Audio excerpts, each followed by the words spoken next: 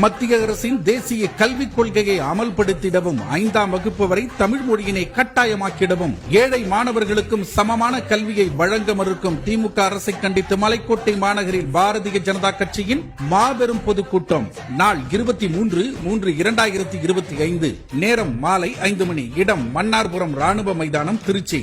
தலைமை ஏற்கிறார் பாரதிய ஜனதா கட்சியின் மாநில பொதுச் செயலாளர், திருச்சி பெருங்கோட்ட பொறுப்பாளர் உயர் திரு கருப்பு எம் முருகானந்தம் அவர்கள்.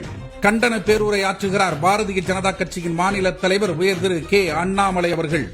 மத்திய அமைச்சர்கள், சட்டமன்ற உறுப்பினர்கள், மாநில, மாவட்ட, ஒன்றிய நிர்வாகிகள் பங்கு பெறும் மாபெரும் கூட்டத்திற்கு அழைக்கிறது பாரதிய ஜனதா கட்சி, திருச்சி பெருங்கோட்டம்.